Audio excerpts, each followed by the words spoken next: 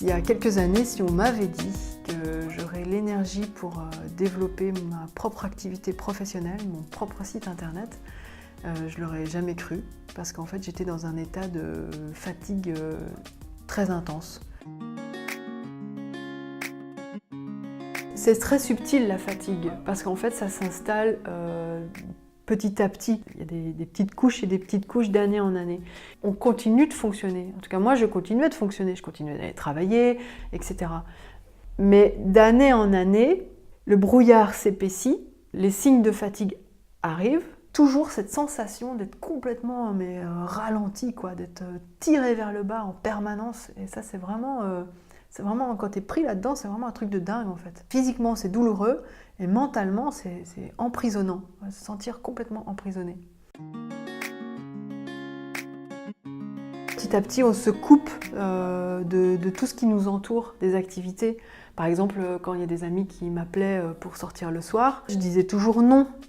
Et du coup, après, on a la réputation de la personne qui sort jamais le soir, qui dort tout le temps, qui dit toujours non pour les activités.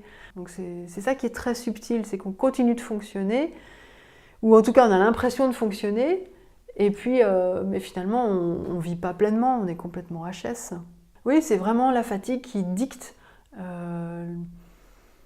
qui dictait en tout cas, qui dictait ma vie.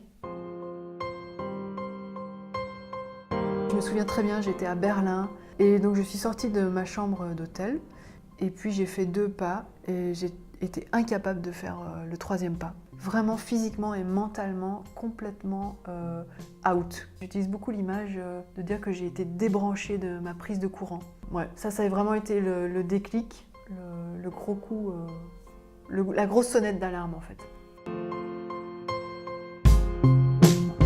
Cette fois j'étais vraiment triste parce que en fait je me sentais au bout du rouleau, et là j'avais vraiment la sensation que j'allais jamais m'en sortir.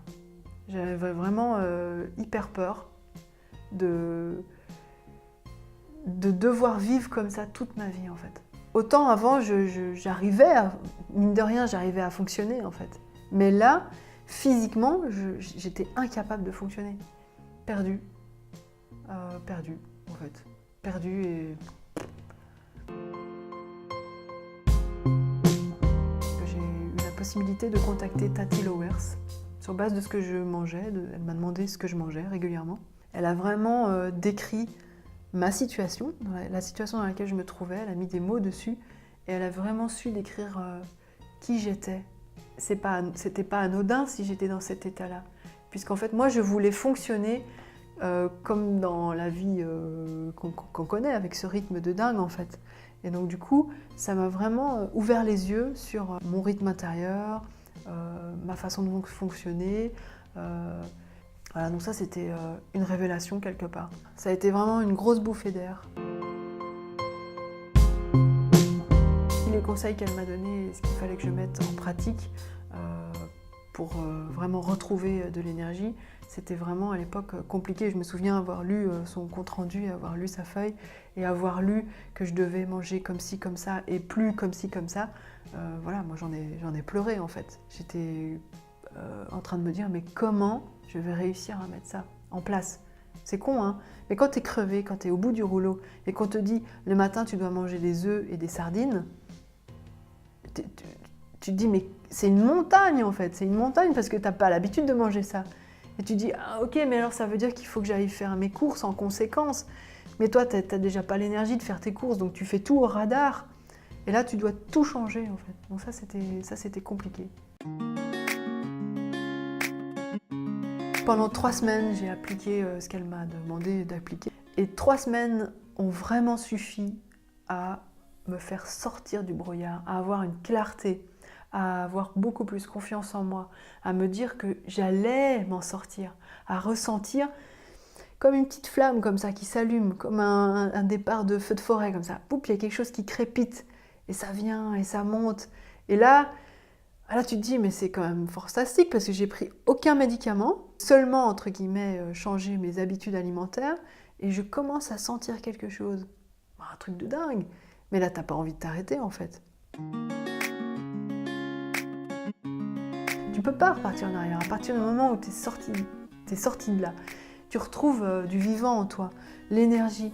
L'énergie de sortir le soir, de voir tes amis, l'énergie de faire du vélo, même l'énergie de marcher sans être essoufflé, l'énergie de partir en randonnée. Mais tu veux absolument pas retourner en arrière. C'est ce ressenti qui fait que tu gardes la motivation. Je dois dire que maintenant c'est devenu mon mode de vie en fait, de faire des choix qui portent vers un regain d'énergie. Comme ce feu de cheminée, on met des bûches. Là c'est pareil, moi je mets des bûches tous les jours, des petites bûches pour maintenir ça.